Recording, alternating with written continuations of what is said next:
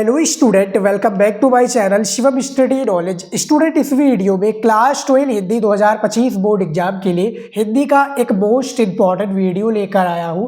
इस वीडियो में हिंदी के हम सभी महत्वपूर्ण प्रश्न उत्तर को देखने वाले हैं जो आपके 24 फरवरी के बोर्ड एग्जाम में आएगा। ये सभी ऐसे इंपॉर्टेंट क्वेश्चन है जो आपके 24 फरवरी को पूरा पूछा जाएगा और जाकर आप लोगों को सिर्फ छाप देना है। इस वीडियो में बताए गए सभी प्रश्नों को आप लोगों को अभी से तैयार कर लेना है। स्टूडेंट, मोस्ट इंपॉर्टेंट क्वेश्चन है और ये भी याद रखिए प्रश्न सहित उत्तर भी मैं इस वीडियो में आपको बताऊंगा। तो वीडियो बहुत ही ज़्यादा इंपॉर्टेंट है। वीडियो को लाइक कर दीजिएगा और आप लोग चैनल पर नए तो चैनल को भी सब्सक्राइब कर लीजिएगा। आपका जो स्टूडेंट हिंदी में एक टारगेट है 100 में से 95 प्लस लेकर आ सकते हैं। तो चलिए शुरू करते हैं। खंड का के सबसे पहले मैं आपको बताऊंगा कि कौन कौन सी चीज़ें आपको पढ़ना है क्लास 12 हिंदी में जो पेपर में आए, यानी सीधा आपके 24 फरवरी के बोर्ड एग्जाम में आए तो आपको क्या क्या पढ़ना है। देखिए, खंड का आपका स्टूडेंट होता है जो कि 50 नंबर का क्वेश्चन होता है। इसमें दो भाग होते हैं क्लास 12 हिंदी में, एक खंड का और एक खंड खा। तो 50-50 नंबर का टोटल दोनों क्वेश्चन होता है जिससे कि 100 नंबर का पूरा कंप्लीट हो जाता है। तो यहाँ पर देखिए सबसे पहला है हिंदी के महत्वपूर्ण बहुविकल्पीय प्रश्न। अब हिंदी के आप लोगों को स्टूडेंट महत्वपूर्ण बहुविकल्पीय प्रश्न पढ़ना पड़ेगा, हिंदी गद्य के और हिंदी पद्य के। लगभग आपको 100 प्रश्न स्टूडेंट हिंदी गद्य के पढ़ लेना है और 100 प्रश्न जो है आपको हिंदी पद्य के पढ़ लेना है। इसका वीडियो आप लोगों को मैं स्टूडेंट डिस्क्रिप्शन में दे दूंगा, क्योंकि मैं रेगुलर या एक प्रकार से 2-3 दिन में मैं हिंदी का वीडियो लेकर आता रहता हूँ जिसमें मैं महत्वपूर्ण बहुविकल्पीय प्रश्न के बारे में बताता हूँ। तो आपकी शुरुआत में ही पूछ लिया आता है बहुविकल्पीय प्रश्न, क्योंकि आप लोगों भी जानते होंगे जो मैं मॉडल पेपर लेकर आता हूं उसमें 10 क्वेश्चन तो आपका बहुविकल्पीय ही रहता है। तो कितना ज़्यादा इंपॉर्टेंट है आप लोगों को पता ही होगा। ठीक है, तो आपको ज़्यादा से ज़्यादा आपके पास क्वेश्चन बैंक है, ज़्यादा से ज़्यादा बहुविकल्पीय प्रश्नों को भी पढ़ना है। ठीक है, दूसरा देखिए स्टूडेंट, दूसरा टॉपिक है आपका महत्वपूर्ण गद्यांश। महत्वपूर्ण गद्यांश की मैं बात करूं तो आपके पेपर में टोटल 10 नंबर का गद्यांश होता है और ये फ्री का होता है, यानी बिल्कुल फ्री में आपको गद्यांश सॉल्व करना होता है और आप लोगों को 10 नंबर प्राप्त करना होता है। तो मैं बात करूं स्टूडेंट, इस बार जो आपका 24 फरवरी को एग्जाम है उसमें कौन से चैप्टर के गद्यांश पूछे जा सकते हैं या पूछे जाएंगे। तो देखिए, सबसे पहला है अशोक के फूल, दूसरा है राष्ट्र का स्वरूप, तीसरा है भाग्य और पुरुषार्थ। अशोक के फूल के लेखक है आचार्य हजारी प्रसाद द्विवेदी जी। राष्ट्र का स्वरूप जो कि आपका फर्स्ट चैप्टर है वासुदेव शरण अग्रवाल जी, इसके लेखक है। तीसरा है भाग्य और पुरुषार्थ यानी जयेंद्र कुमार, इसके लेखक है। सभी का स्टूडेंट मैंने महत्वपूर्ण एक प्रकार से मॉडल पेपर में गद्यांश को सॉल्व करने का तरीका बता दिया है और एक कॉपी वाला भी वीडियो मैंने बताया हुआ है, तो उसमें भी मैंने आपको तरीका बताया कि गद्यांश कैसे सॉल्व करना है। और इस चैप्टर के स्टूडेंट आपके पास क्वेश्चन बैंक होगा ही, इस चैप्टर के सभी गद्यांश को पढ़ लेते हैं तो 10 नंबर स्टूडेंट बिल्कुल पक्का हो जाएगा। और हालांकि मैंने आपको तरीका तो बता ही दिया है कि कैसे गद्यांश सॉल्व करना है, तो उसी तरीके से सॉल्व करोगे 10 में से एक भी नंबर आपका नहीं कट करेगा।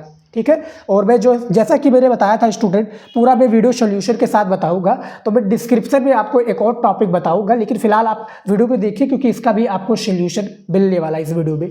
ठीक है, तो दूसरा ये हो गया। उसके बाद में देखिए तीसरा जो आपका टॉपिक है महत्वपूर्ण पद्यांश। महत्वपूर्ण पद्यांश के ऊपर मैं बात करूं स्टूडेंट तो आपके ये भी 10 नंबर का एक प्रकार से पद्यांश होता है।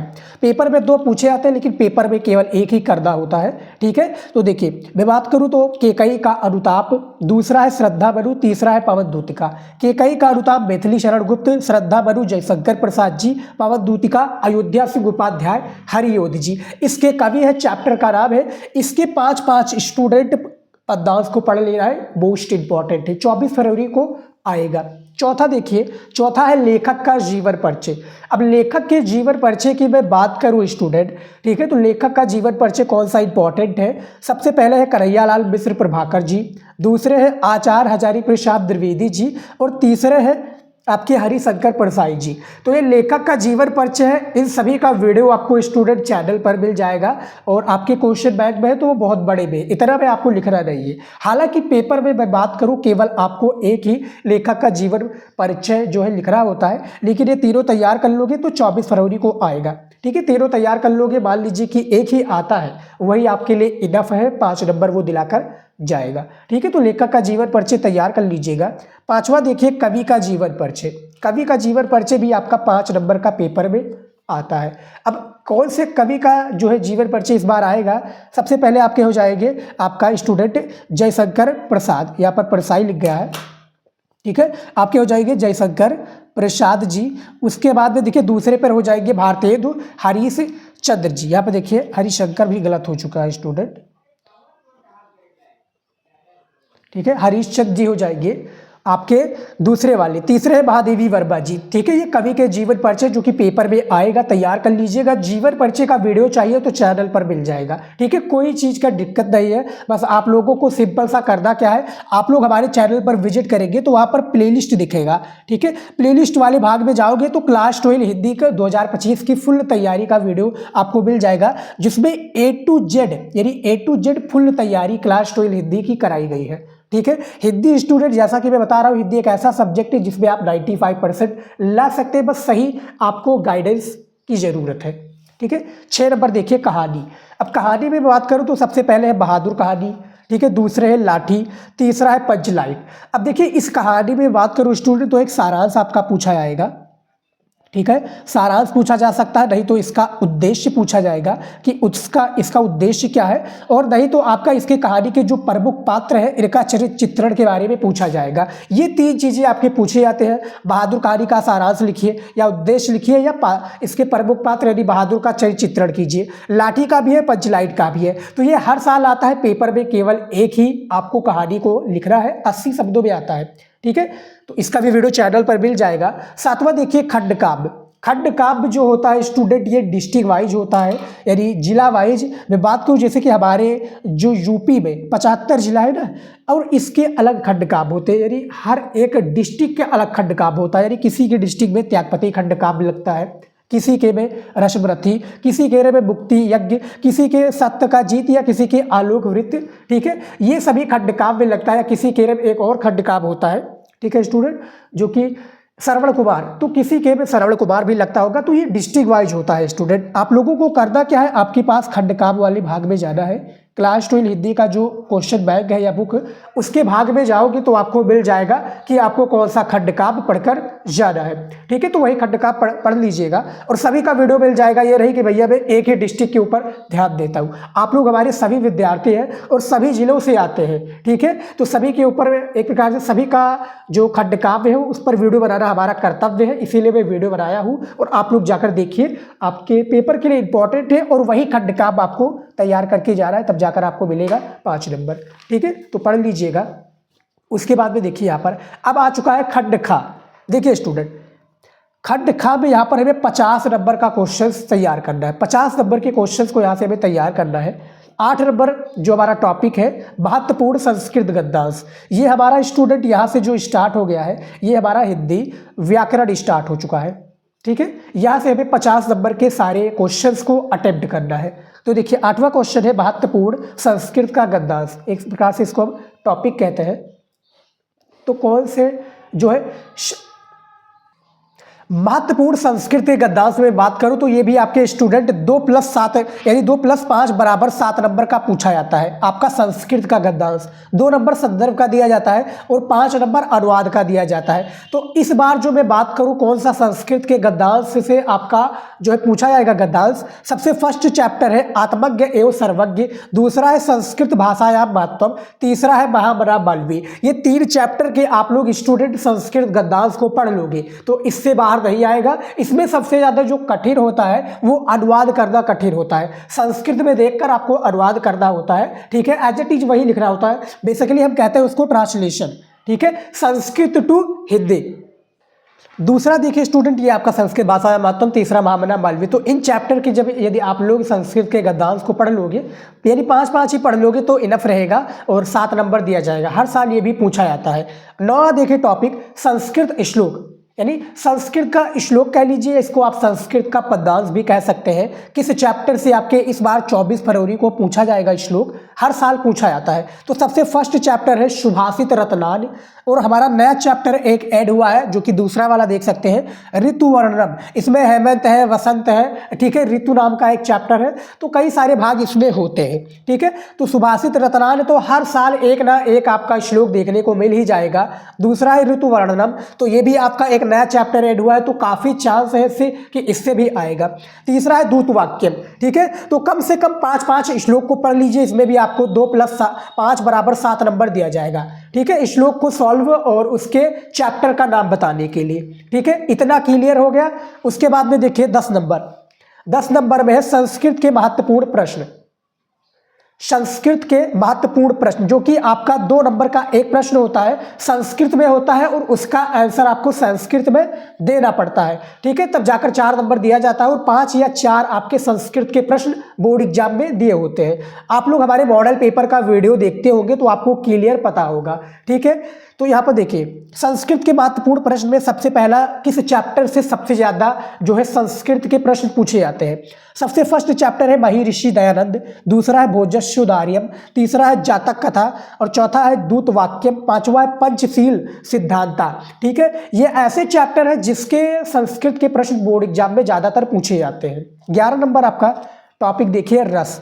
अब रस आप लोगों को एग्जैक्ट कौन कौन सा पढ़कर जाना है ये भी आप लोग जान लीजिए। देखिए सबसे पहला है करुण रस, दूसरा है हास रस और तीसरा है भयानक रस। ये तीनों को तैयार कर लोगे तो इनमें से केवल एक ही का आपको परिभाषा क्या करना है, आपको परिभाषा और उदाहरण लिखना है स्टूडेंट। परिभाषा और उदाहरण आपको केवल लिखना है, इसका परिभाषा और उदाहरण केवल लिखना है। 1 नंबर आपको परिभाषा का दिया जाता है, 1 नंबर उदाहरण का। जैसे कि करुण रस की मैं परिभाषा की बात करूं तो करुण रस का परिभाषा का इस तरह से है कि करुण रस का स्थायी भाव शोक है, ठीक है। शोक नामक स्थायी भाव विभाव अनुभाव एवं संचारी भाव में जब संयोग करता है तब करुण रस की निष्पत्ति होती है। इसका उदाहरण देखिए, इसका उदाहरण है कि जथा पंक बिन खग अत दीना फन कविवर कर हीना और असमम जीवन बंद बिन तो ही जो जड़ देव जियावन मोही, ठीक है। एक ये है, एक है मणि खोयो भुजंग जननी फंसा पटक रही थी शीश और अंधी आज बनाकर मुझको क्या न्याय किया तुमने जगदीश। इसका ये परिभाषा है। सेम इसी प्रकार से इसका भी परिभाषा उदाहरण लिख लीजिए, इस बार ये कन्फर्म में आने वाला है। केवल एक ही का आपको परिभाषा उदाहरण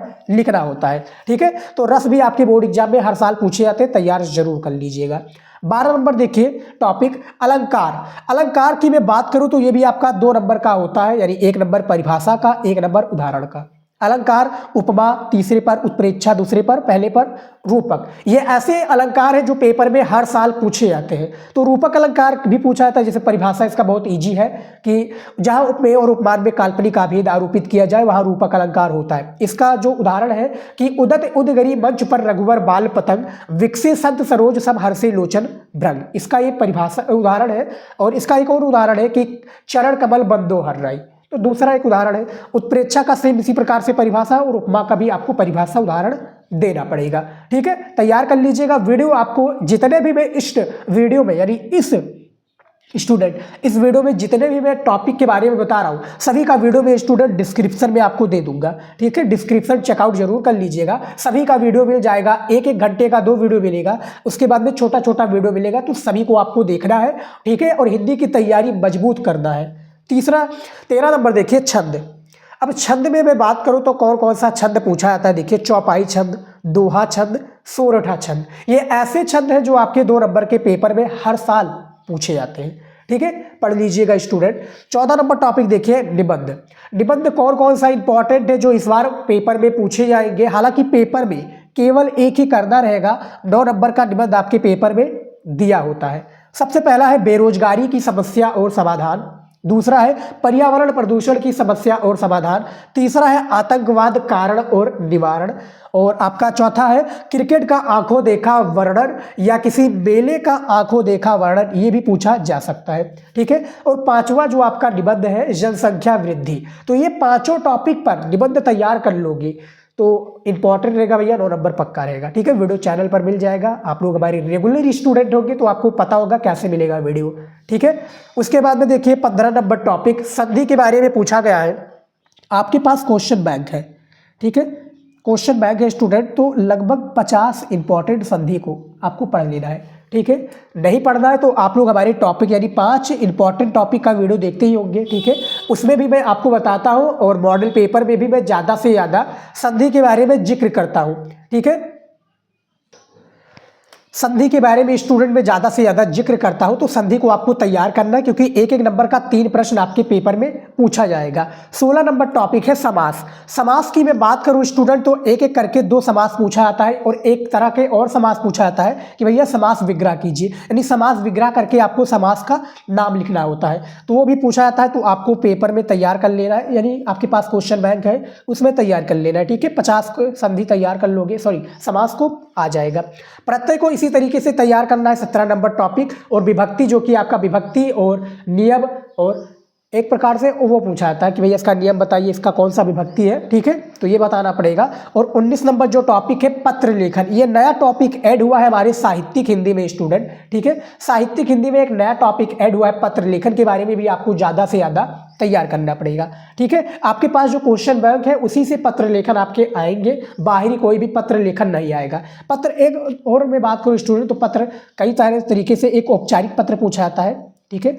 औपचारिक पत्र के बारे में बताइए, एक अनौपचारिक और एक व्यावसायिक पत्र। तो व्यवसाय यानी व्यवसाय से रिलेटेड, औपचारिक यानी जो औपचारिक है, अनौपचारिक जो अनौपचारिक थे, ठीक है। तो मेरे पत्र के बारे में आपको बता दिया है और क्वेश्चन बैंक आपके पास है, वहीं से आपका आएगा पत्र, ठीक है। अब मैं बात करूँ इसका आपको पूरा हल यानी सोल्यूशन कहाँ पर मिलेगा। हालांकि इसका मैंने सोल्यूशन बहुत सारी वीडियोज में करा रखा है, लेकिन मैं 2 वीडियो ऐसे सजेस्ट करूंगा जो आप लोग पढ़ लोगे, तैयार कर लोगे तो इंपॉर्टेंट है। डिस्क्रिप्शन में आपको चेकआउट करना है, एक खंड का वीडियो मिल जाएगा और एक खंड खा का वीडियो मिल जाएगा, ठीक है। दोनों वीडियो देख लोगे सारे डाउट आपके क्लियर हो जाएंगे, ठीक है। और छोटे छोटे के जैसे कि मैं बहुविकल्पीय प्रश्न और भी जैसे छोटे छोटे निबंध और इसका भी मैं वीडियो डिस्क्रिप्शन में लगा दूंगा, तो जरूर देख लीजिएगा, इसका पूरा सोल्यूशन आपको मिल जाएगा। ईमानदारी से वीडियो देखिए और ईमानदारी से आप लोग वीडियो को तैयार कर लीजिए, ठीक है, बताए गए क्वेश्चन को। तो स्टूडेंट फिलहाल इस वीडियो में इतना ही। आई होप वीडियो अच्छा लगा है, लाइक जरूर कर लीजिएगा। मिलते हैं नेक्स्ट वीडियो में।